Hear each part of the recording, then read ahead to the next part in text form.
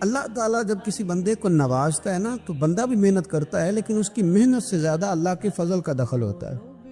تو بندے کئی دفعہ کہنے لگ جاتے ہیں بڑی مشقت کی، بڑی محنت کی، کچھ بھی نہیں ہوتا، زیادہ اللہ کے فضل کا انحصار ہوتا ہے۔ رب جیسے چاہتا ہے ویسے فیصلے دیتا ہے۔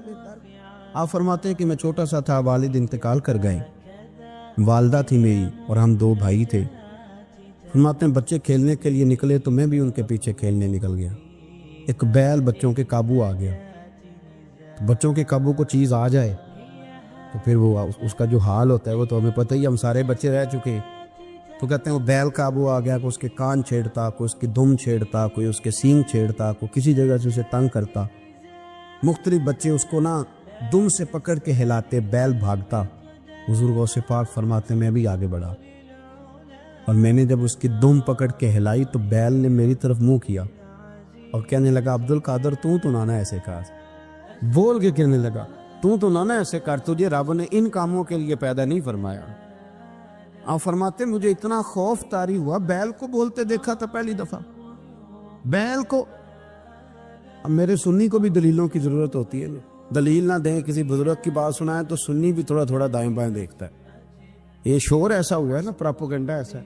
میں حدیث پاک سنا دیتا ہوں۔ رسول کریم صلی اللہ تعالی علیہ وآلہ وسلم فرماتے ہیں ایک شخص نے بیل پہ سواری کر لی تھی۔ بیل سواری کے لیے نہیں پیدا کیا تھا، سواری کے لیے اونٹ ہیں، خچر ہیں، گھوڑے ہیں، گدھے ہیں، بیل کھیتی باڑی کے لیے۔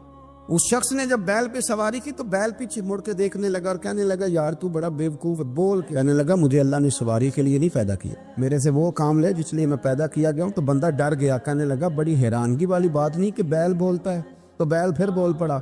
کہنے لگا اس سے بھی زیادہ حیرانگی والی بات ہے۔ اس نے کہا وہ کیا؟ کہنے لگے مدینے میں نبی پاک آ گئے ہیں اور تو نے ابھی تک کلمہ ہی نہیں پڑھا، یہ اس سے بھی زیادہ حیرانگی والی بات ہے۔ جامع المعجزات میں حدیث موجود ہے، حضور آ گیا اور تو نے کلمہ ہی نہیں پڑھا۔ وہ شخص کہتا ہے میں سر پٹ دورا، جب آ کے سامنے کھڑا ہوا تو حضور مسکرائے اور مایا آجا پڑھ لے کلمہ، مجھے پتا ہے تجھے کس نے بھیجا ہے۔ اللہ والوں کی باتیں مان لیا کریں۔ میں بڑی ذمہ داری سے کہتا ہوں رب کریم کے کوئی بندوں کی بات کتاب و سنت کے خلاف نہیں ہوتی، وہی تو کتاب و سنت آگے پہنچانے والے ہوتے۔ تو حضور غوث پاک فرماتے ہیں میں وہ ڈر کے گھر آیا، جب گھر پہنچا تو میرے کانوں میں آواز آ رہی تھی لبیک اللہم لبیک لا شریک لک لبیک۔ فرماتے میں چھت پہ چڑھا اور میں نے جیلان میں اپنی چھت پہ کھڑے ہو کے دیکھا تو حج کے دن تھے، میری سیدھی نظر میدان عرفات پہ گئی۔ لوگ میدان عرفات میں بیٹھ کے لبیک لبیک پڑھ رہے تھے۔ پہلے میں وہاں سے ڈر کے آیا، پھر چھت سے ڈر کے نیچے اترا، ماں کو ساری بات بتائی تو کہتی میری ماں کہنے لگی بیٹے جب تو پیدا ہونے والا تھا تو مجھے بڑی بشارتیں ملتی۔ فرماتے ہیں ماں نے نا کھولا بکسا صندوق تو 80 دینار نکالے۔ فرمایا پتر تم دو بھائی ہو اور تمہارا باپ کل جاگیری 80 دینار چھوڑ گیا، 80 40 تمہارے 40 تمہارے بھائی کی۔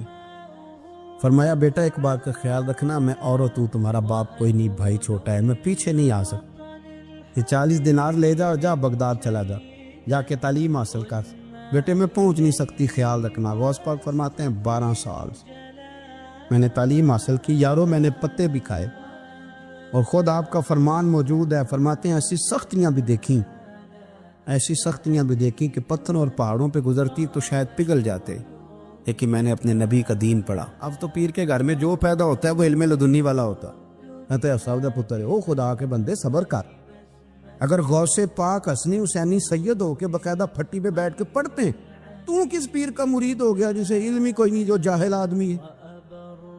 یہ ضروری ہے، علوم دینیاں ضروری ہیں، اس کے بغیر کام نہیں چلتا۔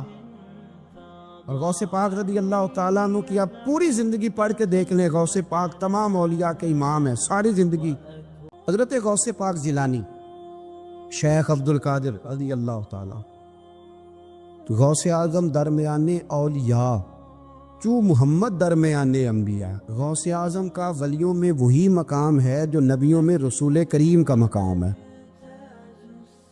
حضرت غوث پاک رضی اللہ تعالیٰ عنہ کو اللہ نے بڑے اعزازات سے نوازا۔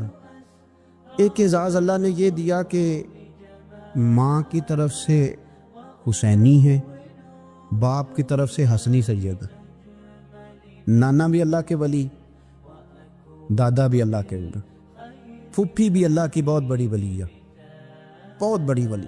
والد گرامی، آپ نے وہ سیب والا واقعہ تو بڑا ہی سنا ہوا ہے، اس طرف تو میں نہیں جاتا. ماں بھی اللہ کی بہت بڑی ولی ہے. یہ اللہ نا اسباب بناتا ہے، خود ماحول بناتا ہے. آپ کے جو والد گرامی تھے ان کا نام تھا ابو صالح سید موسیٰ جنگی دوست رحمۃ اللہ علیہ. بادشاہ کے کچھ سپاہی تھے جو مٹکے اٹھا کے جا رہے تھے، اور مٹکے تھے شراب کے بھرے ہوئے. مٹکے اٹھا کے جا رہے تھے. حضرت سید محمد موسیٰ جنگی دوست رحمۃ اللہ علیہ بھی قریب سے گزرے. یہ کیا ہے بھائی؟ بدبو سے سمجھ تو گئے. تصدیق کے لیے پوچھا کیا ہے؟ انہوں نے کہا جناب یہ بادشاہ کا سامان لے کے جا رہے ہیں. ہاتھ میں ڈنڈا تھا، 3 مٹکے تھے شراب کے بھرے ہوئے. زور سے ایک ایک ڈنڈا مٹکوں پہ مارا تو مٹکے ان کے سروں پہ ٹوٹ گئے. بادشاہ سلامت. ہم سارے تقریباً بادشاہ سلامت ہوتے ہیں. یہ کسی کی جرت ہے مطلب میرے گھر کے معاملے میں مداخلت کرے ہو؟ پھر بادشاہ ہو. لوگوں نے جا کے بڑی غیبتیں کی، بڑی بڑی کہانیاں سنائیں. اس نے تو توڑ دیا جی مٹکے آپ کے، نے کوئی حال نہیں چھوڑا. تو بادشاہ کہنے لگا بلاؤ سید موسیٰ پاک جنگی دوست رحمۃ اللہ علیہ کو بلا لیا. تو کہنے لگے بادشاہ تمہیں پتا تھا مٹکے کس کے ہیں؟ آپ فرمانے لگے پتا تھا مجھے. کہ کیوں توڑے؟ فرمایا اس لیے توڑے کہ مجھے تیرے اوپر رحم آ گیا تھا. تو اگر شراب پیے گا تو دوزخ میں جلے گا. مجھے رحم آیا تھا، میں نے توڑ ڈالے. تو کہنے لگا آپ کون ہیں؟ تو آپ فرمانے لگے میں محتسب ہوں، میری حساب کتاب لینے کی ڈیوٹی ہے. محتسب ہوں، غلط آدمی کا حساب کروں گا. تو بادشاہ کہنے لگا کس نے ڈیوٹی لگائی آپ کی؟ فرمانے لگے میری ڈیوٹی میرے رب کریم نے لگائی ہے، میری ڈیوٹی اللہ نے لگائی. تأمرون بالمعروف وتنہون عن المنکر. مسلمان کے ذمے ہے اچھائی کا حکم دے گا، برائی سے روکے. یہ ذمہ داری ہے، میری اللہ نے ڈیوٹی لگائی ہے. بادشاہ پہ اتنا روب طاری ہوا کہ کہنے لگا حضور آپ کی بڑی مہربانی، آپ نے یہ کام کیا. کہنے لگا جناب اگر آپ اجازت دیں تو میں بھی آپ کو محتسب نہ بنا دوں، آپ میرے وزیر بن جائیں. کوئی بندہ اس طرح کا کام کرے تو اسے روکے. تو آپ فرمانے لگے نہیں، تو اپنی نوکری سنبھال کے رکھ، جسے اللہ ڈیوٹی پہ لگائے اسے پھر بندوں کی ڈیوٹیاں نہیں کرنی چاہیے. یہ اعزاز اللہ نے انہیں دیا، یہ شان رب کریم نے عطا فرمائی. ان کے صاحبزادے تھے حضرت غوث پاک جیلانی رضی اللہ تعالی عنہ. اللہ تعالیٰ نے جب کسی شخص سے کام لینا ہوتا ہے تو اللہ اس کے لیے اسباب بھی خود ہی پیدا کر دیتا ہے.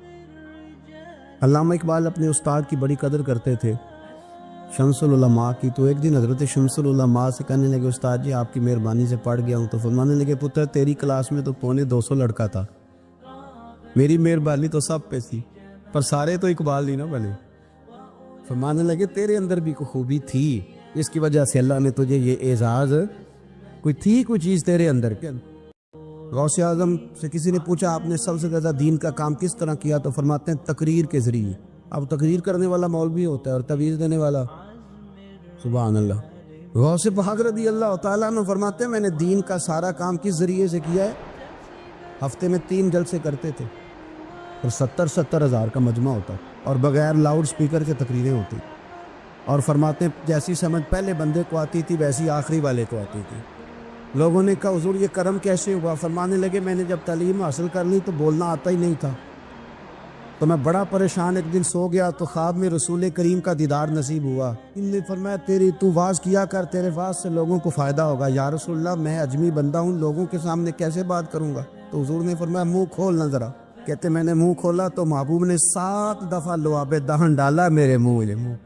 آپ فرماتے ہیں پھر بولتا میں تھا، اثر کوئی اور پیدا کر دیتا. حضور غوث پاک رضی اللہ تعالیٰ عنہ نے 40 سال دین کا کام کیا. صبح کے وقت فقہ کا درس دیتے تھے، فجر کے بعد کچھ دیر کا ناشتہ کرتے سو جاتے، پھر آ کے مدرسے میں پڑھاتے باقاعدہ بچوں کو. غوث پاک رضی اللہ تعالیٰ عنہ کی سیرت پر آپ ساری کتابیں پڑھ لیں، ساری کتابیں لو. میں نے بھی بڑا ہی دعویٰ کر دیے، یعنی ساری کتابیں جتنی اب تک چھپی ہوئی ساری پڑھ لو، کہیں نہیں ملے گا کہ ہم غوث پاک کے آستانے پہ گئے. غوث پاک کسی بندے نے یہ نہیں کہا ہم غوث پاک کے آستانے پہ گئے، غوث پاک کے دربار پہ گئے. سب نے یہی لکھا ہے کہ ہم حضور غوث پاک کے مدرسے میں گئے. ہمارے نا مدرسوں میں سبق تقسیم ہوتے ہیں، سال جب شروع ہوتا ہے نا تو سبق تقسیم ہوتے ہیں. ہمارے مدرسے میں بھی تقسیم کرتے ہیں ہمارے مولانا. آپ حدیث پاک پڑھائیں گے، فلانا استاد منطق پڑھائے گا، فلانا فلسفہ پڑھائے گا، فلانا یہ سبق تقسیم ہوتا ہے، فلانا قرآن، فلانا حدیث، فلاں فقہ۔ تو غوث اعظم کے مدرسے کے جو ناظم تعلیمات تھے وہ کہنے لگے حضور سبق بانٹنا ہے تو آپ کو کون کون سا سبق دے دیں، کون کون سا پیریڈ پڑھائیں گے؟ تو آپ فرمانے لگے نہیں، پیریڈ رہنے دو۔ حضور پھر فرمایا اس طرح کرو، لائق لائق بچے تم رکھ لو اور نالائق سارے مجھے دے دو، میں جانوں اور نالائق جانے، نالائق سارے میرے۔ غوث پاک رضی اللہ تعالیٰ نالائق سارے رکھ لیے، کند ذہن، اور حضور غوث پاک ان کو اسباق پڑھایا کرتے، ان پر محنت کرتے۔ فجر کے بعد فقہ کا درس، 10 بجے مدرسے کی کلاس، زور کے بعد حدیث پاک کا درس، مغرب کے بعد تفسیر بیان کرتے۔ بانج علموں جو کرے فقیری، وہ کافر مرے دیوانہ۔ اور عشاء کی نماز کے بعد ہفتے میں 3 جلسوں سے خطاب، اور یہ سارے کام کر کے نا تو پھر بھی غوث اعظم جب دنیا چلی جاتی تو وضو کر کے مصلی پہ بیٹھ جاتے، اور 40 سال بیت گئے، ساری رات اللہ کی بارگاہ میں عبادت کرتے۔ 40 سال حضور غوث پاک کو اللہ نے بڑا اعزاز دیا، کتابیں لکھی، ڈیوٹی کی، محنت کی، کوشش۔ ایک عیسائی مسلمان دونوں جھگڑا کر رہے ہیں، غوث اعظم گزر رہے ہیں، جھگڑا ہو رہا ہے۔ عیسائی مسلمان سے کہتا ہے ہمارے نبی عیسیٰ علیہ السلام نے مردے زندہ کیے، تمہارے نبی نے بھی کو کیا تو بتاؤ۔ مسلمان پڑھا ہوا نہیں تھا، حالانکہ نبی پاک نے بڑے مردے زندہ کیے، پڑھا نہیں تھا، بتا نہ سکا۔ غوث اعظم کے کان میں آواز گئی تو جا کے عیسائی کا بازو پکڑ کے جھنجھوڑا، فرمانے لگے کیا کہا تم نے؟ میرے مصطفیٰ نے مردہ زندہ کیا تو بتاؤں؟ فرمایا تو نبی پاک کی چھوڑ، میں غلاموں کا غلام ہوں، میں غلاموں کا غلام ہوں، مجھے بتا کون سا مردہ زندہ کرنا۔ تو چھوڑ حضور کی بات نہ کر، میں غلاموں کا غلام ہوں، مجھے بتا کون سا مردہ زندہ کرنا ہے۔ پرانی قبر پہ لے گیا، کہنے لگا دی اگر نہ ہوا تو؟ غوث اعظم فرمانے لگے جو تو کہے گا وہ میں کروں گا۔ تو کہنے لگے اگر ہو گیا تو؟ تو غوث اعظم کہنے لگے نہ میرے خانقاہ پہ جھاڑو دینا، نہ میرے برتن مانجنا، نہ میرے گھر کا سودا لانا، اگر زندہ ہو گیا تو بس میرے نبی کا کلمہ پڑھ جانا، بس میرے رسول کا کلمہ پڑھ جانا۔ اللہ اکبر۔ اس نے جو سب سے پرانی قبر تھی نا، وہ کہتا ہے یہ ہمارے دادا نے بھی نہیں دیکھا تھا بندہ کون ہے، اس قبر پہ کھڑا ہو کہنے لگا اس کو زندہ کرے۔ تو غوث اعظم رضی اللہ تعالیٰ عنہ قبر کے سرانے کھڑے ہوئے تو دعا کرنے لگے، کہنے لگے مولا اپنے لیے نہیں، تیرے رسول کے لیے۔ پھر فرمایا قم باذن اللہ، اٹھ اللہ کے حکم کے ساتھ۔ ایک عورت کلمہ پڑھتی ہوئی کھڑی ہو گئی اور کھڑی ہو کے اس نے پہلا جملہ کہا تو کمال کر دی، کہنے لگی میرے نصیب دیکھو، میں بنی اسرائیل کی تھی، عبد القادر تیرے صدقے جاؤں، تو نے مجھے کھڑا کیا ہے تو اللہ نے مجھے مصطفیٰ کا کلمہ پڑھنے کی توفیق دے دی، تیرے قربان جاؤں عبد القادر، تیری کیا بات ہے۔ اب وہ بندہ دوڑ دوڑ کے غوث اعظم کے قدموں میں آیا، فرمانے لگے نا کلمہ میرے مصطفیٰ کا پڑھنا ہے، حضور کا غلام بننا ہے۔ او بھائیو، حضرت شیخ عبد القادر جیلانی، حضور غوث اعظم رضی اللہ تعالیٰ عنہ، معمولی بات نہ سمجھنا، حضور غوث اعظم رضی اللہ تعالیٰ عنہ فرماتے ہیں میں قدم نہ لگاؤں تو اللہ ولایت ہی نہ دے، میں قدم نہ لگاؤں تو اللہ ولایت نہ دے۔ ایک آدمی سے حضور غوث پاک ناراض ہو گئے، ایک شخص نکل جا میرے آستانے سے۔ دعا منگیا کرو سنگیو، کہ مرشد نہ رس جاوے، جنہ دے پیر رس جاندے، وہ جیوندے بھی وہ مرے ہی رہن، چل دوڑ جا، نکل جا۔ وہ کہتا ہے میں 300 ولی کے پاس گیا ہوں، 300، ہر ایک سے کہا میرے لیے دعا کرو۔ وہ کہنے لگا جسے عبد القادر دھتکار دے اس کو کوئی سینے سے لگا سکتا؟ چل واپس چلا جا۔ آ کے قدموں میں بیٹھ گیا، کہنے لگا سونیا معاف کر دے۔ فرمانے لگے تو نے دیر کر دیا، میں تو کب سے معاف کیے بیٹھا ہوں، تو نے دیر کی آنے میں تو رسول اللہ کا غلام ہوں، اور حضور نے معاف کرنا سکھایا ہے۔ حضور غوث پاک واز کرتے، نصیحت کرتے، اور چونکہ نہ شہرت کے لیے، نہ مال کے لیے، نہ نوٹوں کے لیے، اس لیے غوث اعظم جب تقریر کرتے نا، ایک دن بغداد میں بارش شروع ہو گئی، خطاب ہو رہا تھا، لوگ بکھرنے لگے تو 2 جملے غوث پاک کے، کہنے لگے یا اللہ تو دلوں کے بھید جانتا ہے، اگر بندے میں نے اپنی ذات کے لیے اکٹھے کیے ہیں تو تیز بارش برسا، دوڑا دے سارے، اور اگر تیرے لیے اکٹھے کیے ہیں تو پھر بھی تیری مرضی، رکھنے ہیں تو رکھ، بھیجنے ہیں تو حضرت یحییٰ کہتے ہیں سارے بغداد میں بارش ہوتی تھی، پر جہاں غوث اعظم کی محفل ہوتی تھی وہاں کوئی نہیں ہوتی تھی، وہاں کوئی نہیں ہوتی تھی۔ غوث اعظم تقریر کرتے، کبھی کبھی وجد آتا تھا، کبھی کبھی ایک ماحول ہوتا ہے نا، کبھی کبھی حضور غوث اعظم وجد میں آتے تھے، کبھی کبھی اللہ کے دریائے رحمت کو بھی کبھی کبھی جوش آتا ہے۔ اور میرے حبیب فرماتے ہیں وہ پہلے آسمان پر نزول جلال کرتا ہے جو اس کی شان کے لائق، اور فرماتا ہے بندو مانگ لو، جو مانگو گے میں دے دوں گا۔ میرے محبوب کے دریائے رحمت کو بھی جوش آتا تھا، حضور فرماتے تھے آج پوچھو جس نے جو پوچھنا ہے پوچھو، حضور فرمایا کرتے تھے۔ ایک دن حضرت ربیعہ بن کعب سامنے کھڑے ہیں تو میں سالی یا ربیعہ جو دل کرتا ہے مانگ لے، تیرا نبی تجھے دے دے گا۔ کبھی کبھی دریائے کرم جوش میں، تو غوث اعظم کو کبھی کبھی جوش آتا تھا۔ ایک دن تقریر کرتے کرتے کرتے کرتے جذبات میں آ گئے، جوش میں، یوں نظر اٹھائی تو حضرت خضر گزر رہے تھے اوپر سے، اور جوش جذبات میں فرمانے لگے او بنی اسرائیل کے ولی ذرا نیچے تو اتر، ذرا محمد عربی کے غلام کی بھی چند باتیں سن کے جا، تجھے سناؤ رسول اللہ کے غلام کس طرح کے ہوتے ہیں۔ عالم وجد میں، کیف میں تھوڑی دیر گزری تو تڑپنے لگے، مجمع پہ سکوت طاری، لوگ سمجھ نہیں رہے ہو کیا رہا۔ ایک آپ کے خلیفہ تھے حضرت علی بن ہیتی، وہ دیوار کے ساتھ ٹیک لگا کے سو رہے، سارا مجمع دم بخود ہے، یہ کیا ہونے لگا؟ غوث پاک اٹھے، تقریر وہیں رہ گئی، علی بن ہیتی کے پاس جا کے یوں ہاتھ باندھ کے کھڑے ہو گئے اور دیر تک نبی پاک پہ درود پڑھتے رہے۔ ان کی آنکھ کھلی تو وہ بھی روئے، غوث اعظم بھی روئے، دعا ہو گئی، جلسہ ختم۔ غوث پاک سے تو پوچھنے کی طاقت ہی نہیں تھی نا کسی کی، ان سے کون پوچھے؟ لوگ حضرت علی کے پاس، حضرت علی بن ہیتی رحمت اللہ علیہ، حضور یہ کیا ہوا؟ ہمیں سمجھ نہیں آئی۔ آپ فرمانے لگے تمہیں کیا بتاؤں، تم کسی معمولی پیر کے ماننے والے نہیں ہو، میں آج غوث اعظم کی محفل میں بیٹھے بیٹھے ہی مدینے پہنچ گیا ہوں، اور مجھے رسول اللہ کے جلوے نظر آنے لگے ہیں، پر میرے شیخ کا کمال دیکھو، جو میں خواب میں دیکھ رہا تھا عبد القادر ظاہری آنکھوں سے نظر فرما رہا ہوں، ظاہری آنکھوں سے، عالم وجد میں، کیف میں، سرور میں۔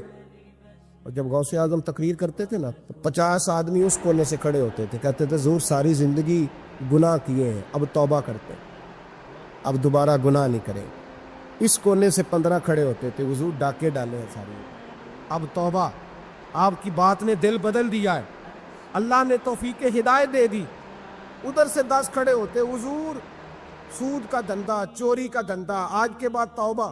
ایک بزرگ تھے حضرت یحییٰ بن نجاح ان کا نام تھا، وہ کہتے ہیں میں نے سوچا روز بندے توبہ کرتے ہیں، آج میں گنوں نہ کہ ایک محفل میں کتنے کرتے ہیں، آج گنوں نہ۔ اب تو کاؤنٹنگ کے مختلف ذرائع ہیں نا، کیلکولیٹر ہے، باقی چیزیں۔ اس زمانے میں یہاں گٹھلیاں ہوتی تھی کھجور کی، بندے کچھ چیز گننی ہوتی تو گٹھلی ڈالتے، یا لوگ دھاگا لے جاتے تھے، ہر دھاگے پہ گرا لگاتے تھے، ایک گرا دوسری گرا، وہ کہتے ہیں میں نے نا اپنے پلو کے چادر کے نیچے دھاگا چھپا لیا۔ ایک بندہ توبہ کرنے اٹھا تو گرا ڈال دی، دوسرا اٹھا تو دوسری گرا ڈال دی، تیسرا اٹھا تو تیسری۔ کہتے ہیں اچانک بندے زیادہ ہو گئے، اب میری سپیڈ ہی بڑی کم تھی، میں کوشش بڑی کرتا پر بندے زیادہ۔ کہتے ہیں بڑی کوشش کی پر میں پورا ہی نہ ہوں۔ کہتے ہیں جب میں تھک گیا نا اور تھوڑا سا میرا سانس بھی پھولنے لگا، پریشان بھی ہوا، تو غوث پاک نے میری طرف دیکھا اور دیکھ کے مسکرائے، اور مسکرا کے فرمانے لگے یحییٰ میں دلوں کی گرے کھولتا جا رہا ہوں، تو بند کرتا جا رہا ہے، میں گرا کھول رہا ہوں، تو گرے لگا رہا ہے، اور چھوڑ دے یار، تجھ سے نہیں گنا جائے گا۔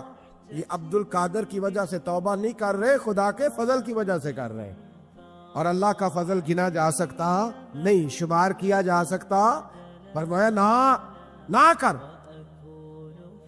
آپ نے 40 سال لوگوں کو تبلیغ فرمائی، ہزاروں یہودیوں نے کلمہ پڑھا، لاکھوں نے، عیسائیوں کا بڑا عالم تھا۔ وہ کہتا ہے میں پوری انجیل پڑھتا تھا، جتنے نسخے تھے سب مجھے یاد سے، لیکن میں متاثر ہو گیا اسلام سے۔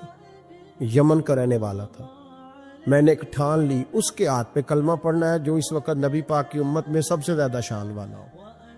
کہتے ہیں میں سویا تو خواب میں جناب عیسیٰ کا دیدار ہوا، اور مجھے کہنے لگے تلاش کرنے کی ضرورت ہی کوئی نہیں، بغداد چلا جا۔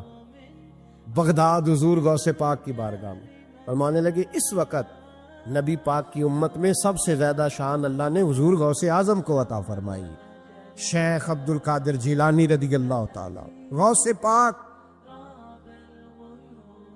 ہم کوئی دیوانے لوگ نہیں، یا ہمیں شعور نہیں، کہ ہمیں عقل نہیں. غوث اعظم نے 40 سال عشاء میں وضو کیا اور فجر تک اللہ کی عبادت. فرماتے میرے مالک نے کہا عبد القادر کچھ مانگ لے. نہ اپنے لیے مانگا نہ اولاد کے لیے. کہنے لگے مولا قیامت تک جو میرا نام لے نا اسے بغیر توبہ کے مرنے نہ دینا, مرنے لگے تو توبہ کی توفیق دے دینا. فرماتے ہیں میرے مالک نے وعدہ کیا ہے جو میرا ماننے والا ہوگا بغیر توبہ کے نہیں مرے گا. اور حضور غوث پاک رضی اللہ تعالیٰ عنہ فرماتے میں تو قیامت میں بھی اتنی دیر جنت میں نہیں جاؤں گا جب تک سارے مرید نہ ساتھ چلے جائیں. امام محمد ایک بزرگ گزرے ہیں, لطف کی باتیں چھیڑ دی ہیں میں نے, آج مضمون لطف کا ہے نا. امام محمد حضرت امام اعظم کے شاگرد ہیں. ان کے پاس ایک بندہ آیا, کہنے لگا حضرت صاحب مسئلہ پوچھنا. فقہ کے امام تھے. کہا پوچھو مسئلہ. وہ کہنے لگا حضور میں منڈی گیا تھا تو ایک ٹوکری لایا ہوں. کیا ہم کیا کہتے ہیں, پیٹی کہتے ہیں کریٹ کہتے ہیں, دونوں کہتے ہیں. تو کہتے ہیں وہ میں ایک پیٹی لایا ہوں, ایک ٹوکری سیب کی بھری ہوئی. حضور اب میں نے کھول لیا تو آدھے صحیح ہیں آدھے خراب ہیں, آدھے ٹھیک ہے آدھے خراب ہے, تو میرے لیے فتویٰ کیا ہے, صحیح رکھ کے باقی واپس کر دوں؟ تو امام محمد فرمانے لگے نہیں, شریعت کہتی ہے یا سارے رکھ یا سارے واپس کر. یہ کہے تو رونے بھی لگ گئے ساتھ. تو کہنے لگا حضور مسئلہ مجھے بتایا ہے, اور رونے آپ لگ گئے. کہنے لگے مجھے بھی کوئی بات یاد آ گئی ہے. قیامت میں جب کسی استاد کے شاگرد جائیں گے, کسی پیر کے مرید جائیں گے, اور کہنے لگے جب مصطفیٰ کے غلام جائیں گے, جب غوث اعظم کے ماننے والے جائیں گے, تو کچھ اچھے ہوں گے کچھ برے ہوں گے. تو ہم بھی کہیں گے یا اللہ یا سارے رکھ, یا سارے بھیج, یا سارے رکھ یا. تو فرمایا رب کریم نیکوں پہ ظلم تو کرے گا نہیں, اس لیے امید ہے وہ کہے گا میں نے جنت کھول دی ہے, لہذا رسول اللہ کی ساری امتی جنت میں داخل ہو جائے, ساری امتی جنت میں داخل ہو جائے. پیش حق مجدہ شفاعت کا سناتے جائیں گے, آپ روتے جائیں گے, ہم کو ہنساتے جائیں گے. باغ جنت میں محمد مسکراتے جائیں گے, پھول رحمت کے گریں گے, ہم اٹھاتے جائیں گے. حشر میں ہوگا ہمارا داخلہ اس شان سے, ہم یا رسول اللہ کا نعرہ لگاتے جائیں گے, یا رسول اللہ کا نعرہ حضور غوث پاک رضی اللہ تعالیٰ عنہ فرمانے لگے میں نے عرض کی مولا میرا نام لینے والے بغیر توبہ کے نہ مرے. تو فرمایا عبد القادر جا وعدہ رہا جو تیرا نام لے گا مرنے سے پہلے توبہ کی توفیق دے دو. ان نسبتوں کو لوگ معمولی سمجھتے, ان کو معمولی جانتے. اور حضور غوث پاک ایک بات مجھے پسند بڑی ہے, اگرچہ میں نام نہیں لینا چاہتا کس نے لکھی ہے, میں نے لیا بھی تھا کئی دفعہ, لیکن بات بڑی کمال ہے, غیروں کی ہے. اور میں نے تو اس ایک حوالے کے لیے پوری کتاب 10 جلدوں کی منگا کے رکھی ہوئی ہے, ایک حوالے کے لیے, ایک بات کے لیے. غوث اعظم کا دھوبی فوت ہو گیا. کون؟ پتہ نہیں آپ کو بھی اتنا ہی مزہ آ رہا ہے جتنا مجھے آ رہا ہے. حضور غوث اعظم کا دھوبی فوت ہو گیا, کپڑے دھوتا تھا. تو بعد میں اس دھوبی کو کسی نے خواب میں دیکھا تو پوچھا کیا بنا, تو کہنے لگے کچھ بھی نہیں. فرشتے نے آ کے پوچھا مال ربو کا, رب کون ہے؟ تو میں نے کہا میں تو غوث پاک کا دھوبی ہوں. اس نے پوچھا ماں دینوں کا تیرا دین کیا ہے؟ تو میں نے کہا میں غوث پاک کا دھوبی ہوں. فرشتہ پھر کہنے لگا تو کیسا دیوانہ ہے, میں کہہ رہا ہوں کہ اللہ کا پتہ بتا, رب بتا, تو غوث پاک کا بتا رہا ہے. کہتے ہیں 2-3 دفعہ کہا, جاگ رہے ہیں آپ لوگ, 2-3 دفعہ کہا. وہ بار بار یہی کہتا کہ میں غوث پاک کا, میں غوث اعظم کا دھوبی ہوں. کہتے ہیں حضور غوث اعظم اس کی قبر میں تشریف لائے. قبر میری تے میرے اپیرا جے کر پاوے پھیرا, قبر میری تے میرے اپیرا جے کر پاوے پھیرا, قبر دے وچوں ہڈیاں اٹھ کے مجرا کر سن تیرا. حضور غوث اعظم قبر میں آئے اور فرمانے لگے کیوں تنگ کرتے ہو میرے ماننے والے کو, کیوں تنگ کرتے ہو میرے, یہ کوئی لوارث ہے اس کو تنگ کر رہے ہو؟ کہا حضور اللہ کا پتہ بتاتے ہیں تو آپ کا بتاتے ہیں. فرمانے لگے تمہیں سمجھا رہا ہے, یہ تمہیں سمجھا رہا ہے کہ عبد القادر کے تو کوئی دروازے سے گزر جائے تو اسے خدا یاد آ جاتا ہے, اس نے تو ساری زندگی کپڑے دھو کے دیے. یہ تمہیں بتا رہا ہے کہ مجھے رب بھولا, ان کے تو گلی سے گزر جائے تو اللہ اللہ کرنے لگتا ہے, اور میں نے ساری زندگی کپڑے دھوئے ہیں, میں نے ساری زندگی ڈرائیوری کی ہے, میں نے ساری زندگی نوکری کی ہے, میں تابع دار رہا ہوں, مجھے رب بھول گیا ہے. فرماتے ہیں حضور غوث اعظم نے فرمایا مجھ سے پوچھو کیا پوچھنا ہے. مجھ سے پوچھو. فرشتے کہنے لگے ہم پوچھتے ہی نہیں, ہم پوچھتے ہی نہیں, عبد القادر جانے اور خدا جانے. بات ختم ہو گئی. میرے غوث پاک رضی اللہ تعالیٰ عنہ کو اللہ نے جو کمالات عطا فرمائے, حضور غوث اعظم کو اللہ تعالیٰ نے جو مرتبہ, آج بھی ہمارے کچھ دوست گئے ہوئے ہیں بغداد شریف. بغداد شریف کہتے ہیں یار قربان جائیں, ساری دنیا دیکھی ہے. سویرے اٹھ کے دروازے پہ دستک دیتے ہیں خادم, کہتے ہیں کون سا کھانا کھانا پسند کریں گے. یہ عبد القادر کا آستانہ ہے, یہ غوث پاک کا دربار ہے. آپ جو کہیں گے وہ پک کے آپ کی میز پہ پہنچے گا, اس لیے کہ یہ غوث اعظم کا دروازہ ہے. یہ قیامت تک کھلا ہے فقیروں کے لیے, غریبوں کے لیے, مجبوروں کے لیے. غوث اعظم دریائے دجلہ پہ کھڑے تھے تو غریب رو رہا تھا. فرمایا کیوں روتے؟ اس نے عرض کی حضور غریب ہوں, ملا سے کہا تھا دھار سفر کرا دے ادھار, اس نے کرایا نہیں, رو رہا ہوں کہ پیسے ہوتے تو رسوا تو نہ ہوتا, ضروری کام تھا دریا کے اس پار. غوث اعظم دوڑے گئے, 100 دینار لائے. ملا واپس آیا تو اس کو 100 دینار دے کے کہنے لگے یہ پکڑ لے, آج کے بعد کسی غریب کو منع نہ کرنا, جو غریب ملے اسے عبد القادر کے کرائے پہ سفر کرا دینا. زندگی سخاوت سے بھری ہوئی تھی تو آج بھی ان کا آستانہ سخاوتیں بانٹ رہا ہے. حضرت بشر عافی رحمت اللہ علیہ سے سارا زمانہ پیار کرتا تھا. بغداد کا ایک تاجر کہتا ہے مجھے نہیں بابا اچھا لگتا تھا. تمہارا اپنا اپنا ذہن ہے نا, ہم کہتے ہیں میں نے جدھر ساری دنیا جا رہی ہے وہاں نہیں جانا. کہتے ہیں کہ وہ بابا مجھے نہیں اچھا لگتا تھا, حالانکہ سارا بغداد عزت کرتا. کیوں نہیں اچھا لگتا تھا؟ کہتے اس لیے کہ بابا نہ صرف فرض مسجد میں پڑھتا تھا, باقی نماز گھر جا کے. تو میں کہتا تھا اتنا ولی ہے تو باقی بھی مسجد میں پڑھے. کہتے ایک دن میں نے کہا جسوسی کرنی ہے اس کی, جو کہ اسلام میں منع ہے. کہتے حضرت بشر عافی رحمۃ اللہ علیہ نے جمعے کے فرض پڑھے, فرض پڑھ کے نکل گئے دوڑ کے. فرماتے میں پیچھے ہو گیا, میں نے کہا آج میں نے سنتیں چھوڑ دی ہیں پر اس کا پتہ کرنا ہے, سنت نفل بعد میں پڑھوں گا. کہتے ہیں حضرت بشر عافی جلدی سے نا ایک کباب والی دکان پہ گئے, وہاں سے کباب خریدے.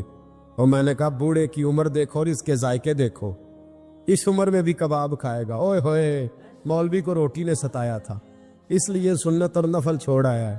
کہتے ہیں تھوڑا سا وہ آگے بڑھے تو نان بھائی کی دکان سے نا نان خریدے. میں نے کہا دیکھو یار, دیکھو اس کے ذائقے, گرم نان کھائے گا. بہت سارے لوگ بغداد میں رات کی روٹی کھاتے پر یہ گرم کھاتا ہے.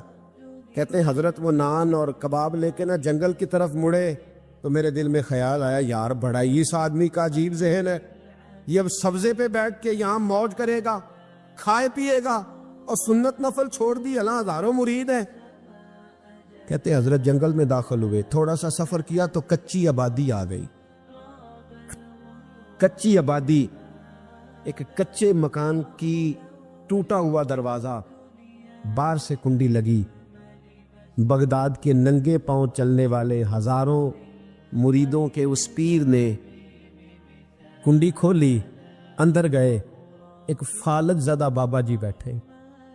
کہتے حضرت بشر عافی نے اپنی پگڑی کھولی اور اس آدمی کے منہ سے پانی نکل رہا تھا, رال ٹپک رہی تھی.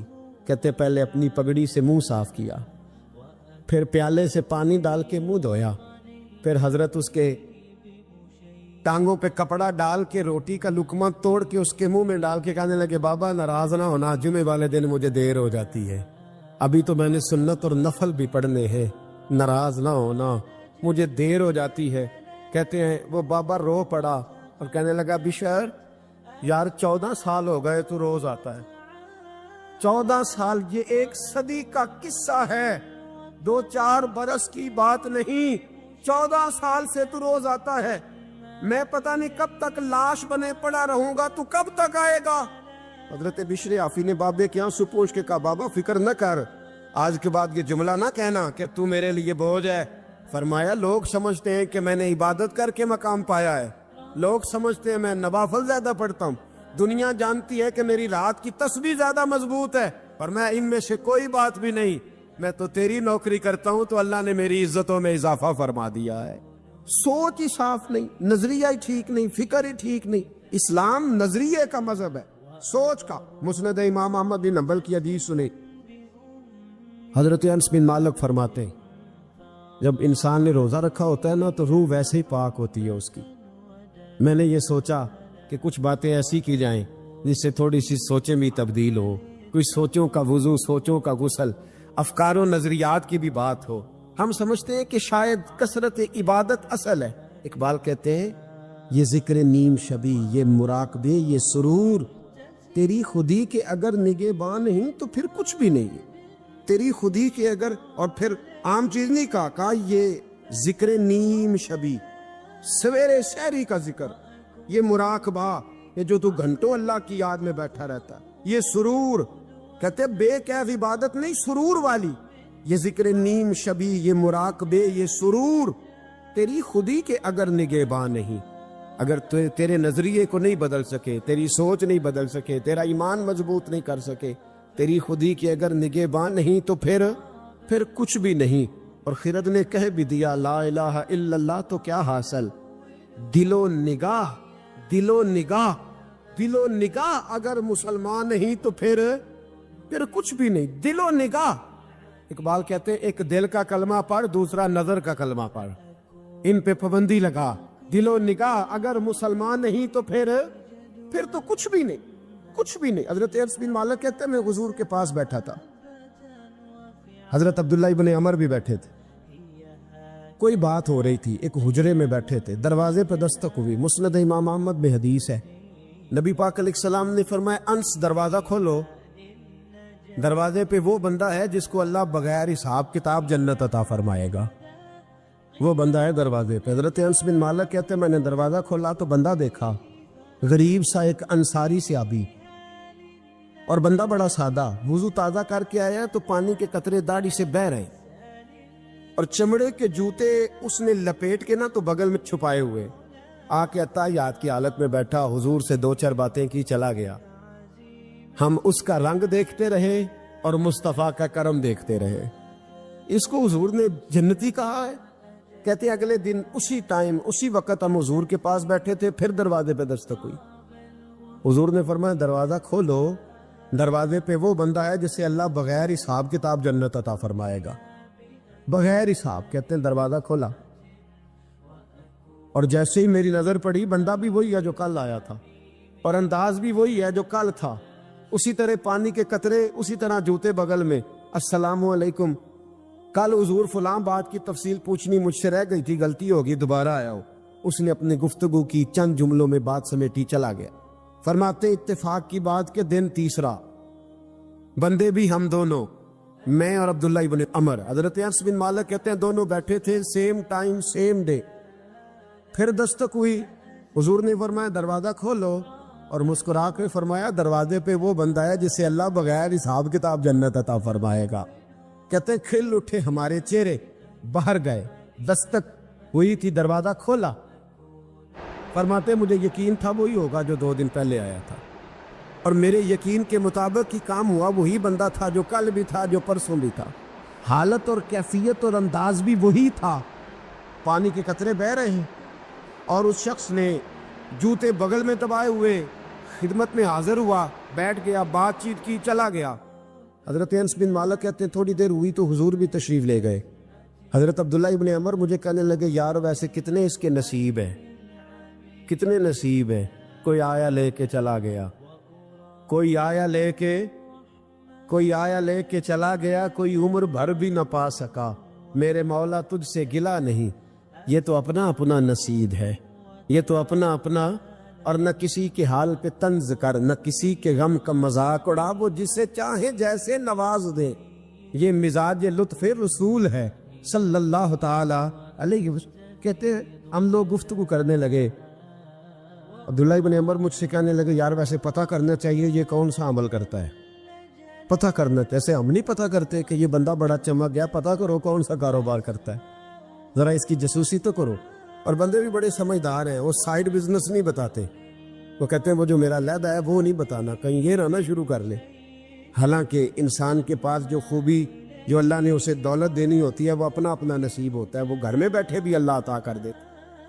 وہ کہتے ہیں کہ پتہ کرو کیا عمل کرتا ہے. تو حضرت عبداللہ ابن عمر کہتے ہیں میں اس کے پیچھے ہو گیا، اس سے سلام لی. تو میں نے کہا مجھے 2-3 دن کے لیے مہمان بنا لو گے؟ مان نہ مان، میں تیرا مہمان. 2-3 دن کے لیے مہمان بنا لو گے؟ تو کہتے ہیں مجھ سے کہنے لگا کو گھر میں جھگڑا ہو گیا، کیونکہ پڑوس میں تو تمہارا، قریب ہی تو تمہارا گھر ہے، میرے مہمان بننے کو جھگڑا ہے. تو میں نے کہا چلو ایسے ہی سمجھ لو پر مجھے مہمان بنا لو. کہتے میں 3 دن اور 3 راتیں اس شخص کے ساتھ رہا.